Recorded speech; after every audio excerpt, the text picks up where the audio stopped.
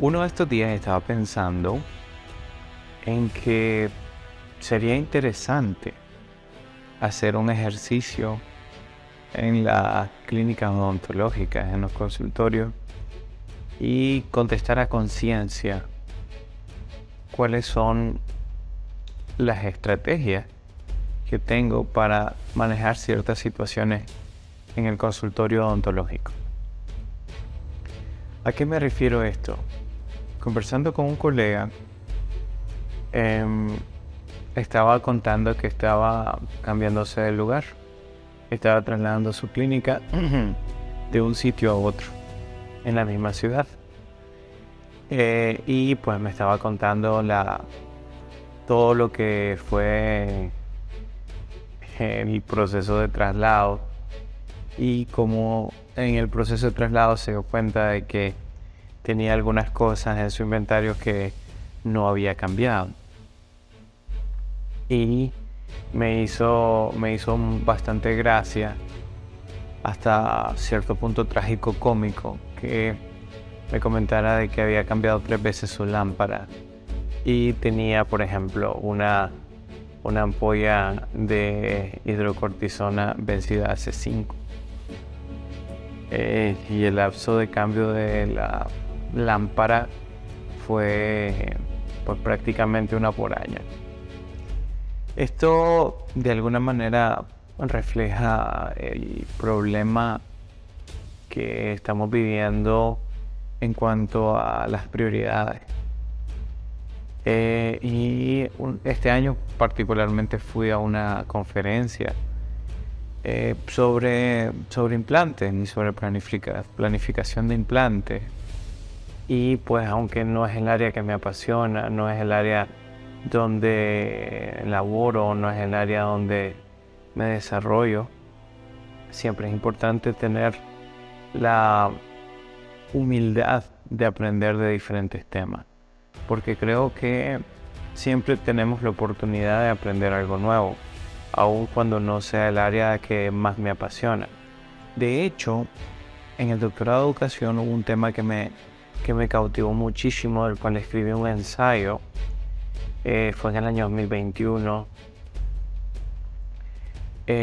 y de este trataba básicamente de la ultra especialización y cómo tomé de referencia varios artículos de e-commerce y sobre The Economist y revistas especializadas en economía, haciendo alusión a que hay una tendencia de desarrollarse en áreas específicas y que el mercado laboral hasta cierto punto estaba pidiendo eso, pero que al ultra especializarse de algo se alejaba un poco de la esencia de el área en esencialmente básica. Y para ponerles un ejemplo, si yo soy chef y mi especialización, mi área de expertise, por ejemplo, pasteles, y una ultra especialización era pasteles con técnica de inyección dual, por decirlo de alguna manera, estaban como enfocándose en cómo elaborar un producto con una técnica, logrando pues ciertos resultados, obviamente más allá del estándar, pero se estaba perdiendo la esencia, ¿no?, de lo que era ser chef, y que las personas al final disfruten de la comida y que vivan experiencia de alimentación diferente, o que sea una experiencia que al final los llene de alguna u otra manera. Eso pues con la ultra especialización se están enfocando en una técnica y no tanto en las personas que van a disfrutar o disgustar lo que sería el alimento. Entonces hacían este tipo de comparación, el cual pues era hasta cierto punto, a mí me llamó mucho la atención y me preocupó, pues porque así como en el área de comidas pasa eso, permea en otras áreas, y obviamente yo trato de verlo desde el enfoque odontológico.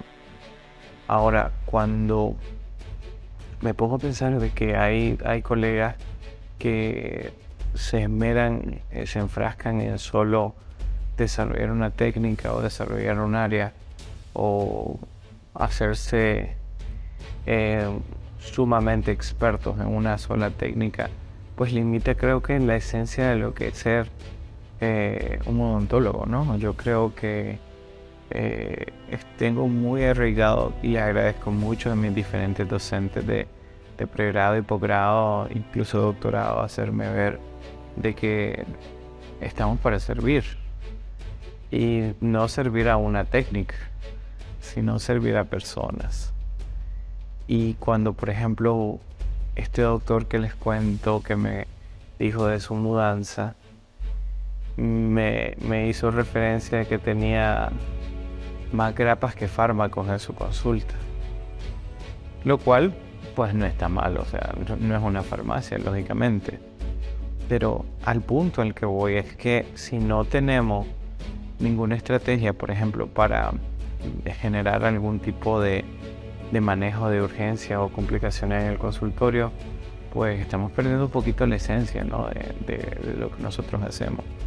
Ahí estuve revisando este año, tuve la gran dicha de poder ser uno de los primeros lectores del manual de manejo de pacientes sistémicamente comprometidos de la doctora Mirta Lanzcano, a la cual le agradezco mucho la oportunidad y su editorial para ser uno de los primeros 100 personas que lean el libro antes de que este sea difundido. Pues este ya está disponible a la venta, pero lo que les quiero decir es que el hecho de poderlo estar leyendo desde finales de febrero y ya de lleno en marzo me permitió reencontrarme con varios protocolos que conocía, pero también conocer cómo ha cambiado ciertas estrategias de manejo. Y yo que considero que manejo algo de lo que sería ese tipo de protocolo, me pongo a pensar en aquellos colegas que no han pensado en ningún tipo de entrenamiento en áreas como estas que son fundamentales.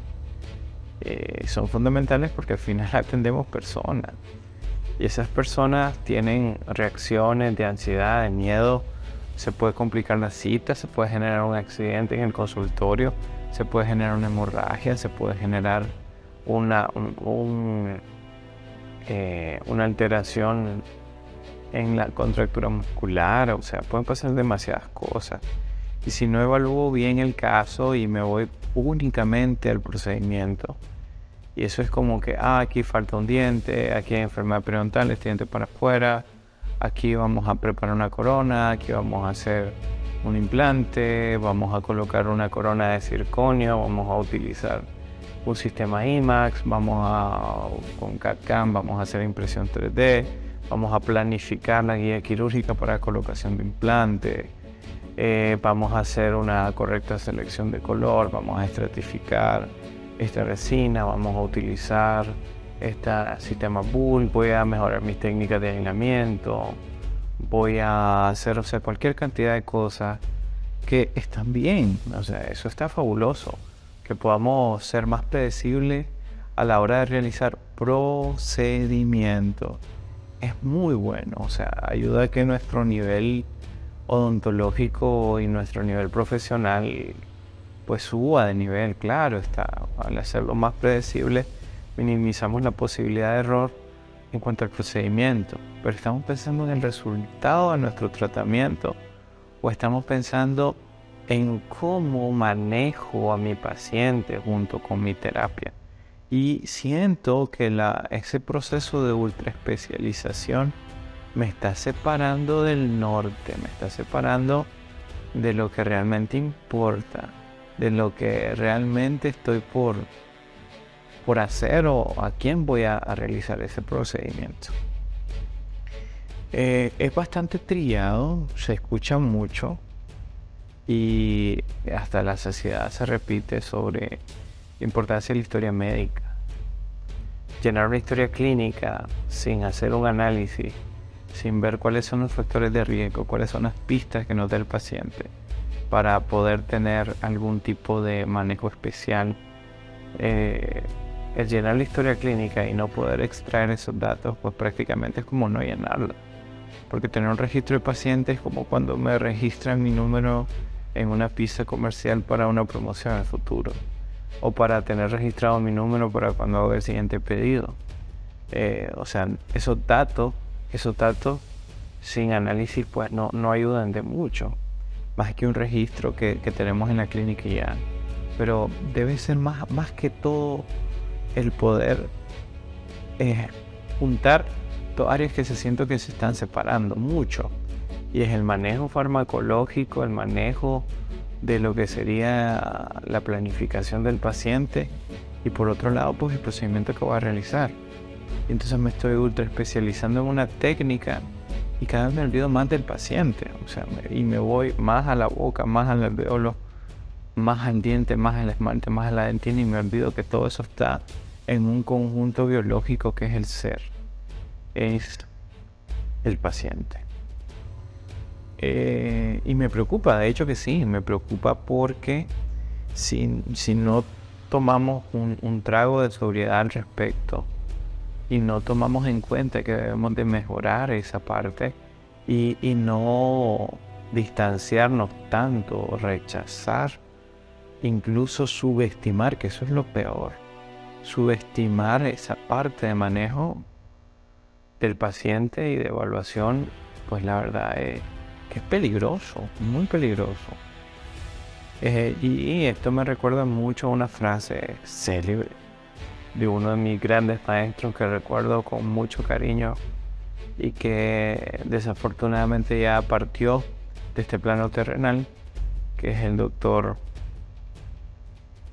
Rodolfo Lugo, que su frase icónica es que la teoría sin práctica es vana, pero la práctica sin teoría es peligrosa. Subiéndolo un poquito de nivel en cuanto a la esencia de la frase, de que necesitamos saber lo que hacemos para realizar los procedimientos que hacemos. Yo quiero llevar esta frase un poco a una interpretación mucho más trascendental, en la que al final terminamos pensando que si yo hago un procedimiento y me sé todos los pasos del procedimiento, pero no tengo en cuenta la condición de mi paciente o cómo se puede dar algún tipo de complicación, pues eso se vuelve altamente peligroso. Y yo lo digo con conocimiento de causa, pues humildemente lo digo con conocimiento de causa, porque a mí me toca atender muchas veces a pacientes que los demás doctores no quieren atender porque tienen algún tipo de temor por la condición sistémica que tiene el paciente. Pero esto, lejos de pensar de que es que son los pacientes enfermos, los pacientes aquí, los pacientes allá, son los que necesitan ese tipo de protocolo, las urgencias se pueden dar con cualquier persona, o sea, con cualquier paciente joven que acuda a la consulta. Imagínense, vamos a suponer que una paciente de 23 años llega a la consulta odontológica y quiere hacerse un cambio de 3 restauraciones de amalgama por resina. Un procedimiento que es relativamente común. Claro, no voy a entrar en el tema de discutir si es necesario cambiar una amalgama por resina. Yo diría depende, pero hay disposiciones encontradas aquí, hay posturas muy diversas al respecto. Y el otro día hicimos un debate muy interesante y les agradezco mucho a los muchachos de la clase de preoperatoria dental de esta generación 2023 de la Universidad Americana, porque hicimos un debate. Ellos no estaban preparados para hacer el debate. Llevé como propuesta eso a la clase. Imagínense una clase un viernes a mediodía y ya todo el mundo ya se quería ir, era fin de semana largo. Entonces creo que la mayoría no tenía nada más que hacer y planifiqué esto esperando, o sea, tenía una expectativa, por decir así, de 3 y me llevé un 10 de expectativa, o sea, de resultado. La verdad me encantó. Y el debate era el siguiente. Una situación hipotética de un juicio donde una Mamá estaba reclamándole a una doctora que le colocó una restauración de amalgama a su hija de 20 años y que viendo videos en TikTok y en YouTube se dio cuenta de que la amalgama era altamente tóxica y que le iba a generar problemas de salud y que ahora se la tenía que remover, y otro doctor le dijo que se la iba a remover, pero había un protocolo para removerlo con seguridad y que ese procedimiento costaba cerca de $500 porque utilizaba el sistema SMART, que es un sistema que se comenzó a divulgar por un doctor mexicano, pues que sin caer en la crítica destructiva, pues creo que a veces el enfoque es muy sensacionalista y lejos de informar desinforma, pero bueno, ese es otro tema. El asunto es de que el otro doctor estaba pidiendo $500 para poder remover la restauración, y repito, esta era una situación hipotética. Y llegaban a demandar pues a la doctora que colocó la amalgama porque estaba exponiendo a personas al peligro con eso, y quería una indemnización, la mamá, de cerca de $1.500 por todo esto. Bueno, ese fue el planteamiento de la situación. Los chicos los dividiendo en grupos, los que defendieran el dejar la restauración ahí y los que estaban a favor de cambiar la restauración. Y fue bien interesante porque era, hombre, tengo que defender la restauración de amalgama, y los otros quizás estaban en la posición más cómoda, que era defender el removerla. Pero les dije, hay una condición en esto. La condición es que tienen que presentar como evidencia información científica válida, sobre todo de organizaciones, instituciones, asociaciones internacionales, que al final tienen pues un papel más beligerante en este tema. 100 millones de pacientes en Estados Unidos le han colocado amalgama y no hay registros lo suficientemente sólidos que demuestren que es tóxico y que genera una verdadera amenaza a la vida de los pacientes. Lógicamente, como cualquier material, tiene sus desventajas, al igual que la resina, que tiene sus ventajas, y hay muchos que defienden es que la estética, que es mejor porque no estás poniendo algo tóxico a tu organismo, es mejor porque la amalgama tiene mercurio, el mercurio contamina, y utilizan quizás el argumento quizás más fanatizado. Es como, sí, pero en el Tratado de Minamata, Japón, hay una normativa para tratar de dejar de usar el mercurio en la toxicidad, el riesgo laboral y todo, haciendo ver, pues obviamente satanizando la restauración de amalgama como lo peor que le pudo pasar a la humanidad. Y les dije a los chicos, hay una frase del doctor Quiñones, el mexicano, que la verdad a mí me caló muchísimo, y fue: la amalgama dental es el material del pobre que el rico lo desea. Hablando de las bondades del material, y siendo un poquito el doctor un poco más justo respecto a la posición que debe contar en la historia la amalgama. Porque no es que yo sea un amalgama lover, pero tampoco soy un hater de la amalgama, y ni tampoco soy fan de la resina. Voy a hacer cheers a la resina. Pero lo que les quiero decir es que buscaron un artículo y comenzamos a refutar. Pero es que este artículo está tomando casos de tantos pacientes, muy pocos pacientes. Está generando este tipo de resultados, está haciendo esto y lo otro. Y al final nos quedamos con los consensos de ADA y FDI en sus formatos más actualizados, donde nos refiere de que, por ejemplo, si una restauración de amalgama está bien, no hay una razón para cambiarla. No hay una buena razón para cambiarla.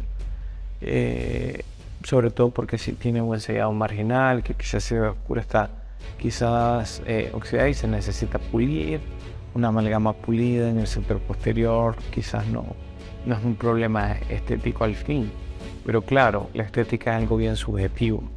Y si un paciente ya la consulta para removerse la restauración de amalgama por estética, ¿qué tan viable es extraerle un lateral que esté desviado en un paciente por estética también, ¿no? Al final la apreciación del paciente.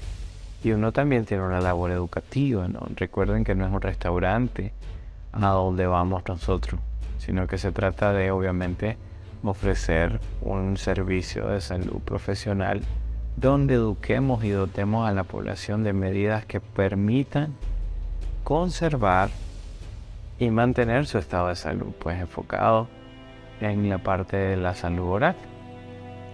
El debate se puso súper bueno, la verdad es que estuvo súper bueno, al punto de que el grupo de las resinas, al ver que los argumentos que utilizaba el grupo de la amalgama eran tan sólidos que cayeron por la misma emoción del momento se agitó bastante hasta el nivel de insultar, o sea, poner adjetivos, o sea, hacer comentarios personales de las personas así, pues que se desviaban totalmente del tema, ¿no? Del debate. Entonces fue súper bonito esa parte. Porque a través del criterio uno al final toma decisiones. Por ejemplo, en el doctorado de educación, recientemente nos comentaron algo que es contraintuitivo completamente. Que es, por ejemplo, ustedes quieren conocer más acerca de un tema. Uno pensaría que primero irían los artículos científicos, luego irían los libros y por último va a los handbooks, que son obviamente the crème of the crème de información.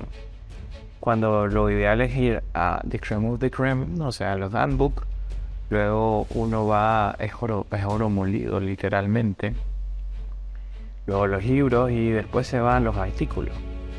Porque el libro pues ha pasado por mayor cantidad de revisiones y obviamente tiene muchísimo más respaldo que un artículo que viene una revista con ciertos criterios donde 2 o 3 personas terminan revisándolo y sale, ¿no?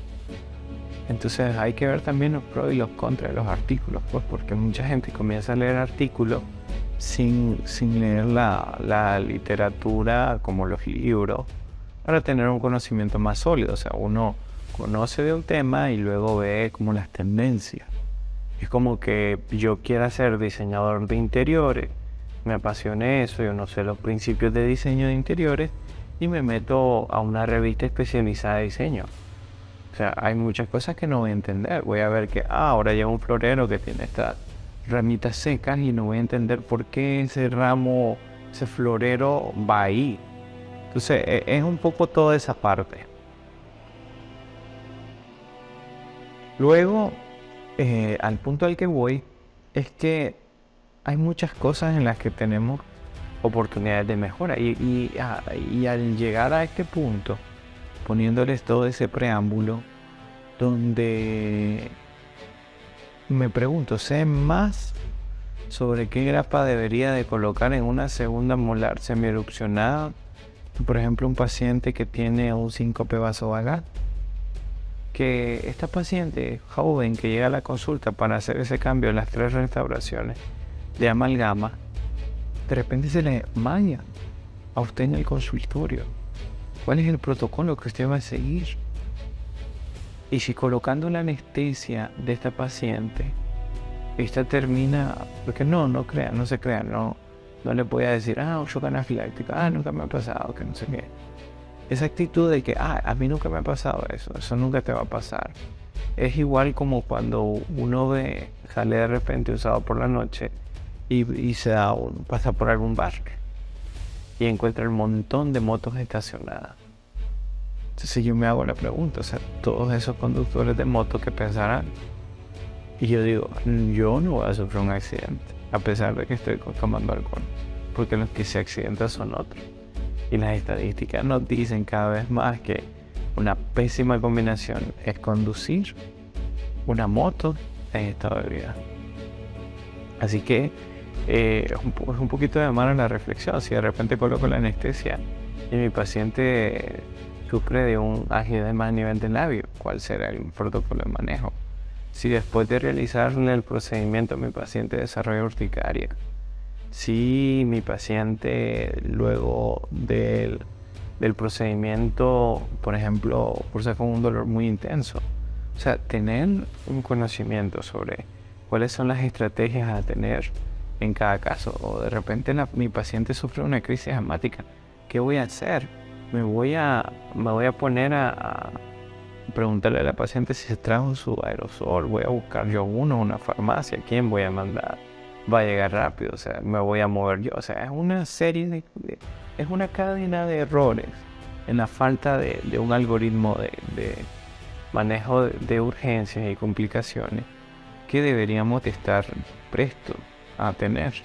O una crisis hemorrágica, un paciente con valvulopatía, o un paciente con diabetes, o un paciente que, por ejemplo, tiene un descenso de la glucosa. Por ejemplo, un paciente diabético tipo 1 que tiene un bajón de glucosa, no lo voy a recuperar con glucagón o con dextrosa. La estrategia cambia. O un paciente diabético que antes de realizarle un procedimiento odontológico necesito hacer profilaxis antibiótica por no más de 24 horas. Y hay esquemas de doctores que le mandan tratamiento antibiótico ante la falta de una infección por 7 días.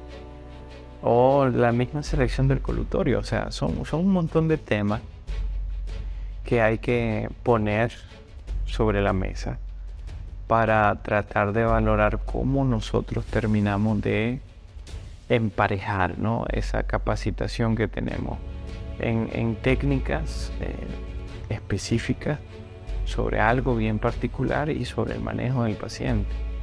Y subestimamos esta parte, y eso es lo preocupante, que yo piense que nunca voy a tener una complicación y que nunca voy a tener ningún tipo de alteración al respecto, y eso es lo que más me preocupa, honestamente. Por eso es que yo los invito a que puedan actualizarse de estos temas en el área que puedan, como ustedes consideren, pues busquen guías clínicas actualizadas que les ayude a tomar la decisión. Por ejemplo, el manual de la doctora Lanzcano tiene buenas estrategias para esto, con las dosificaciones y demás. O busquen, por ejemplo, algún entrenamiento sobre esta área porque es importante. Es muy importante. ¿Qué le ofrezco a mi paciente? ¿Una restauración que queda perfecto como en un tipo odonto o una restauración que queda perfecta y manejando a un paciente de forma segura? Creo que eso es a todo lo que nosotros nos terminamos enfrentando y los que queremos tener. Y entre mejor estemos preparados para una urgencia, menos ansiedad, menos miedo, menos inseguridad y menos malas decisiones vamos a tomar. Así que un poquito llamado a la reflexión para que lo tomen muy en cuenta. Recuerden, la odontología es más que dientes.